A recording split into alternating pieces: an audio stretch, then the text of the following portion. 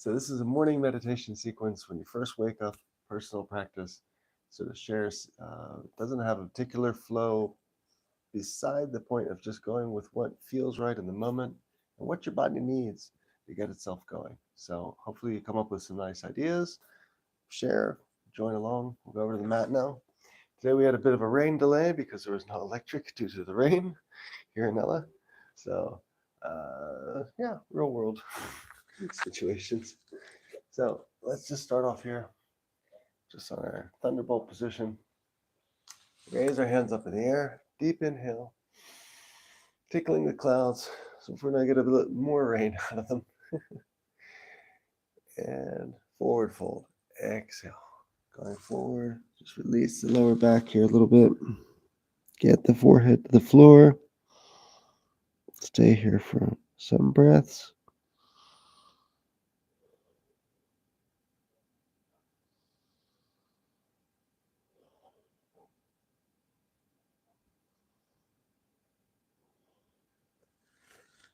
And now reach up again. Deep inhale this time. Up the hands behind your back.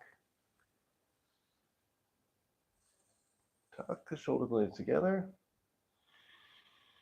Inhale, looking up at the sky. And just let yourself go forward gently onto the mat here, onto the forehead. Make sure you have contact. If not, put a yoga brick there. You want to have the alignment. But once you're here with the exhale breath, just lift those hands, arms up, up, and away.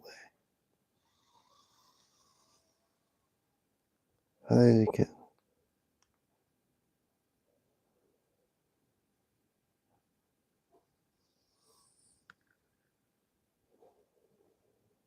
And the exhale, maybe lift them a little higher, just to where it's sustainable and comfortable. You know, getting the activation there. And inhale, coming up. Sometimes when you're doing forward bends, you suddenly notice, hey, I have a clogged nostril, or I can't breathe. Little idea, I put this on the videos before, but there's a technique where you take your hands, just place them underneath the armpits. Not too hard, just pressing there. Thumbs are out. And this actually balances the sympathetic and parasympathetic nerve centers and can clear respiration issues in the morning. It's a little handy trick. Unblock the nose. You need to stay here for 1 minute.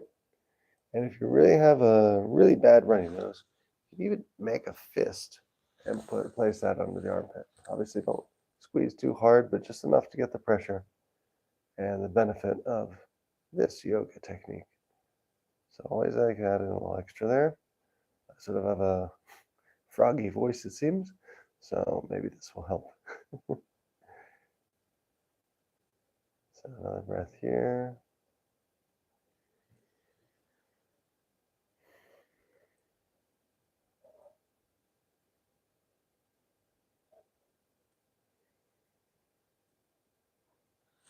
And now just turn over. Going back to our forward bends here. Last one for Child's Pose series, what I call. So just grab your wrist, keep it back there for the weight in the lumbar. We did this one the other day. Exhale, just going forward. Let the head to the mat. Again, if you're not reaching the mat with the forehead, or you're lifting off your heels, place the yoga brick. That's for demonstration. This way you get full contact. You really want to make sure the alignment's right, especially in the morning, and you're not forcing or straining.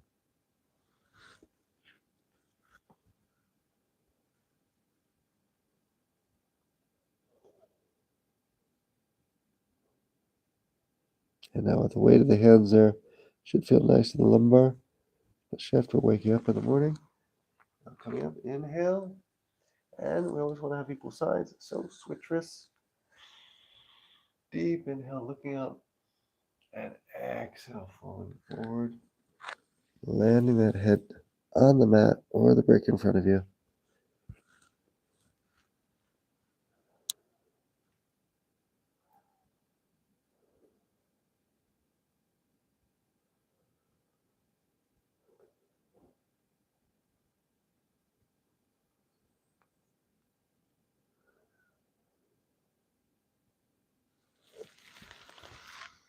Inhale, coming up.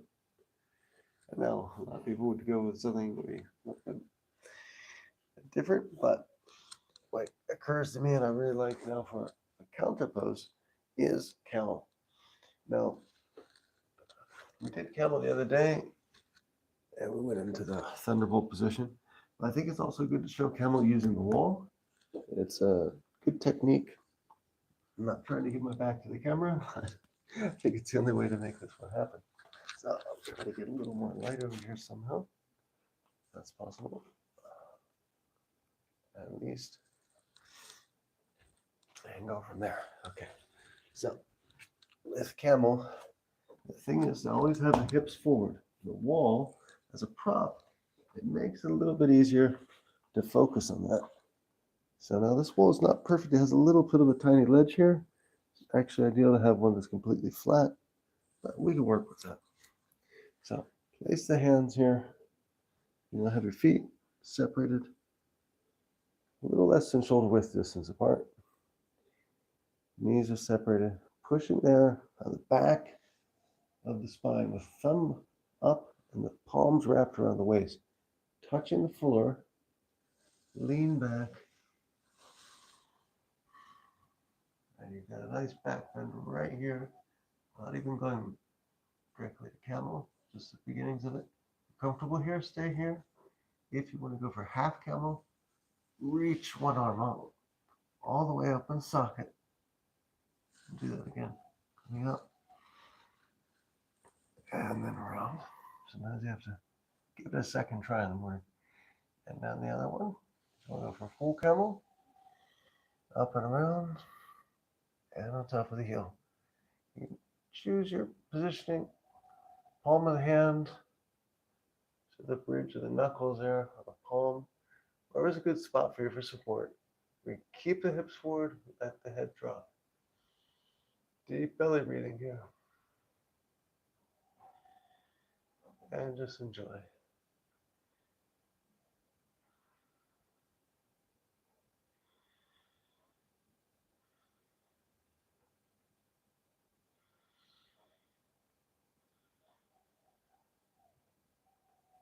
And you come out of this one safely, just like we came into it.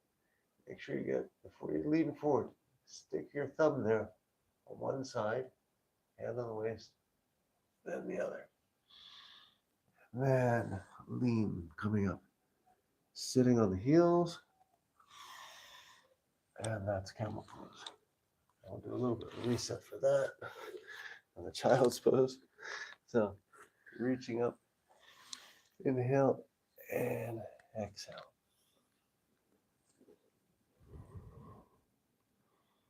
You always want to do a counter pose, particularly when you're in a particular posture, asana, for some breath, some time. So now, coming up, inhale. And we'll go to tabletop here. Something else for the back here, so we're back focused today.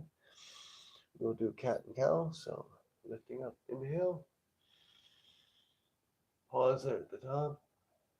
And then exhale, pushing back for cat. The weight distribution goes onto the hands as you're pressing those abdominals. And just expelling all the air. Pause for a moment there on the exhale. And then coming back up for the inhale. At your own pace, just make sure when you do the inhale here, lift for the cow. Really get a nice deep belly breath here. Get it so you can accentuate the arch there in your spine.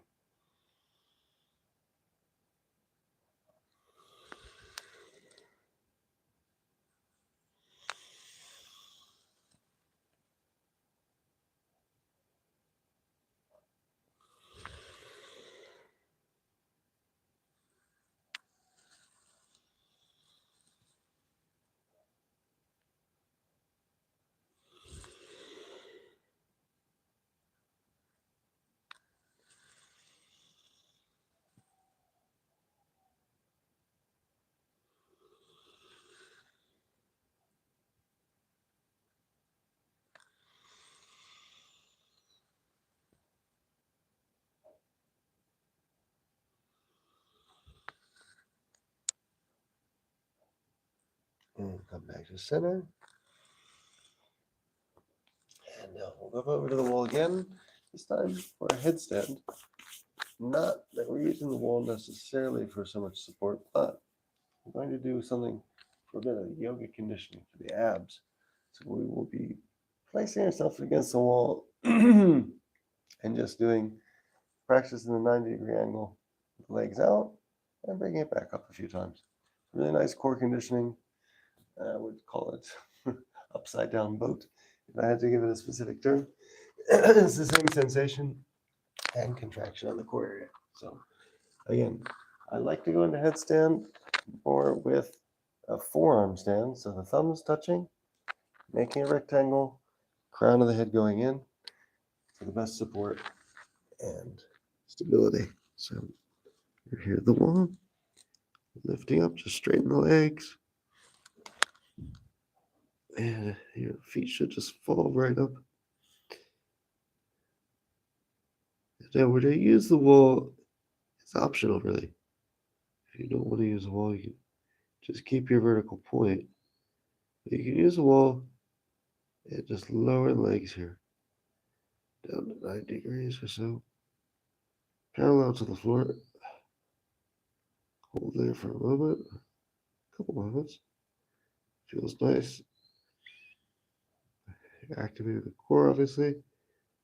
And then with the inhale breath, lifting the legs back up.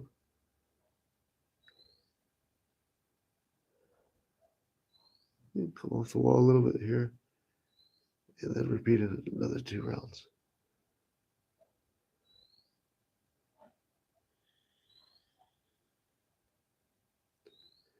So exhale breath as you're coming down. Lock it there. And here you can actually retain the breath if you prefer, or stay here for a while for a few breaths. Depends on your comfort level here in this position. And now inhale, coming up.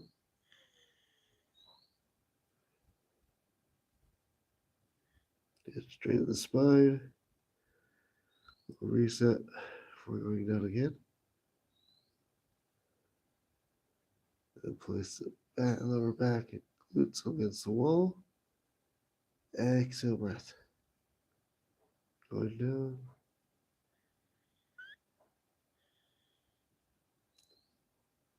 Hold here for a while. Keep the legs as straight as possible. Tight core and abdomen. And if you're breathing, calm breath. And now inhale, come up.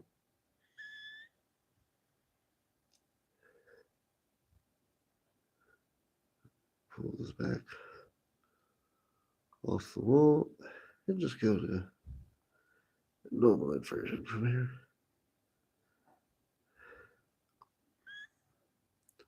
So we'll stay upside down, as it were.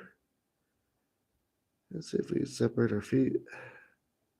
Do a little for the abductors. Then we can do some toe circles as well. Something for the ankles. So going clockwise with both feet at the same time there. You can add the breath to this one. Makes a nice element. So go to the top of the circle, inhale. Going down, exhale. Go slow.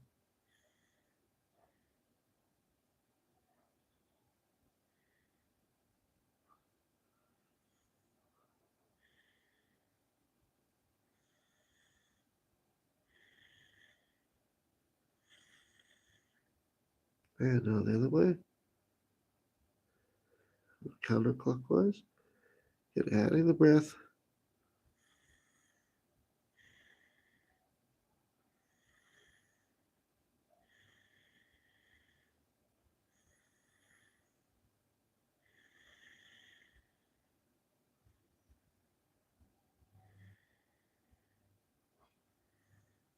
And now jump to triangle or diamond. Soles of feet together.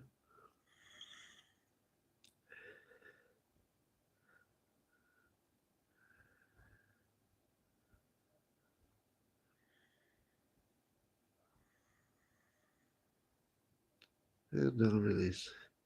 Gently down. There you go. So definitely want to, after inversion and being a while on the wall there, definitely child's pose this time with the hands behind you, palms facing up. Seat on the heels here.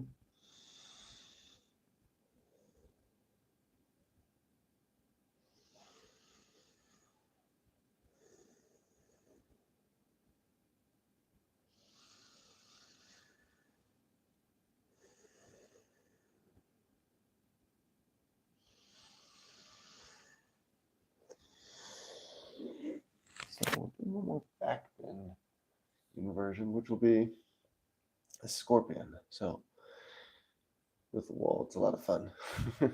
Again, taking the forearm position, using the thumbs, making a rectangle, and you need to bring your self back a little bit from the wall, further than just now, so that you can have room and your feet can just gently go in front of you. So walk through it. As they say, I would leave a minimum of 1 hand distance there between you and the wall. Thumbs are touching, elbows are on the mat, hands on the mat, top of the crown, lifting up, pushing into the sky. Make sure your hips and heels are in a line. And when you're ready, lift your head, and at the same time, let the feet go there in front of you. So, got the support of the wall. You just work your toes down as it were, sliding. Keep the head lifted, looking at your thumbs for the gaze. And deep belly breath here.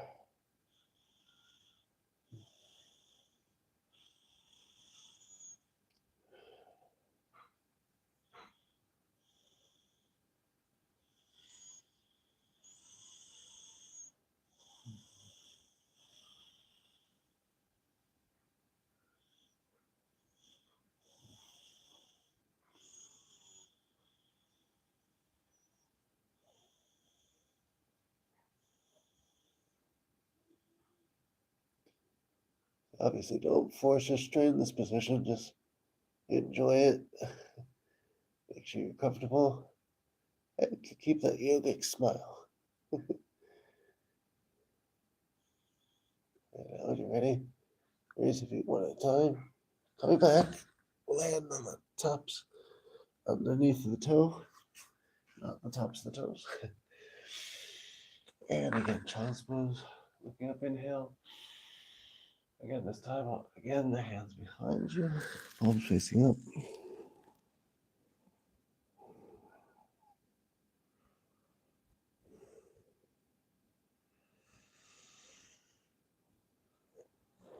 And coming up, inhale. And now, after all that, I'd like to finish with a really good forward bend or forward split, which is also something you should have in your daily practice. Forward split. But what today, we will do a forward fold using a brick for a bit of assistance. Just to mark where we're going with the forehead here. So what I like to do with this one, deep inhale, exhale, going forward. And the brick there, maybe just on the knees, so keep the feet together. It works a little bit better. And then exhale, going forward. Capture the hand on the outside, each hand on the outside of the counter foot, as it were. So right hand on the outside of the left foot, left hand on the outside of the right foot. You have it there. If you're there, you're in good shape because you can just bend your elbows and gently guide your chest to your knees. So the brick actually could be for your forehead, but if you're doing this correctly, your chest should touch first. So just put the brick sideways. I don't know if you can see this. Okay, there it is. Sideways, just above the knees. Get this idea here. So again, reaching up, inhale, and exhale, going forward, capturing the outsides of the feet, and then just pulling yourself down. You have the brick there to give you the sensation of contact a little bit sooner so that you know you got your alignment right. And you're getting your chest down, not just hunching your neck, trying to touch your nose. So now once you're here, bend the elbows, exhale breath. You just feel the opening there in the backs and legs, and stay here for a while.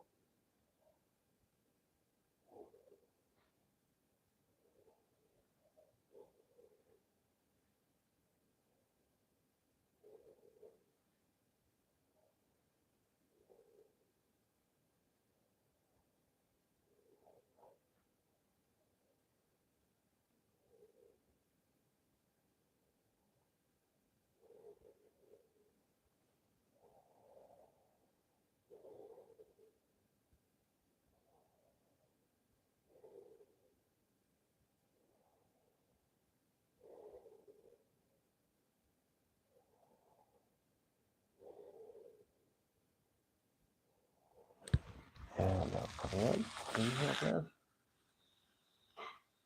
All the way here. And we want to now go for a bit of a resting pose. It's been a good wake up session here for sequence.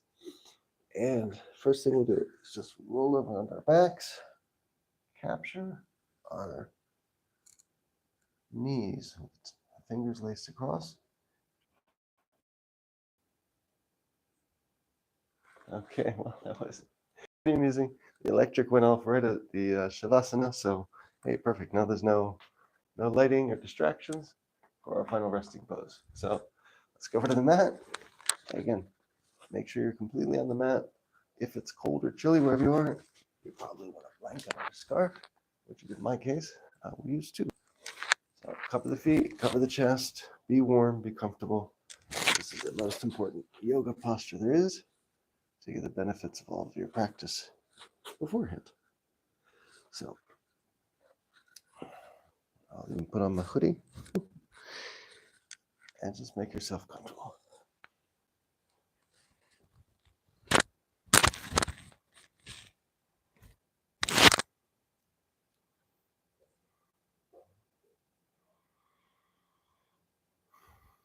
Now, interesting I'll mention, you can do a mudra one of two ways, depending on how deep you want to go in the Shavasana. If you place your palms facing down with the forefinger and thumb together, this will take you much deeper onwards towards almost a sleeping stage. Whereas if you keep the palms up, you stay more aware and your rest is not so deep, but obviously still very restorative. So something to keep in mind, depending on maybe the time you can allow for your Shavasana.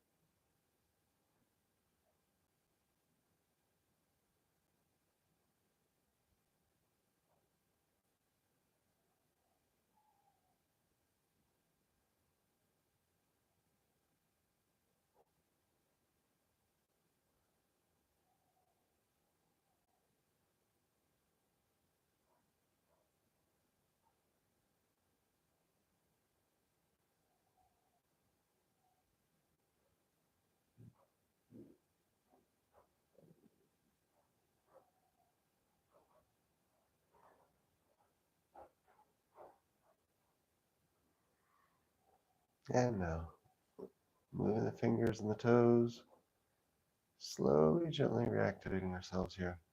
Keep the eyes closed, and definitely, if you can, roll over to your left-hand side, using the two hands as a pillow.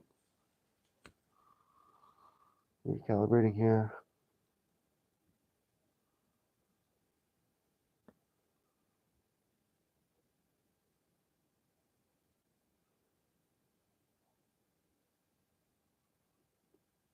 And now when you're ready, deep inhale using both hands. Coming up to seated position here.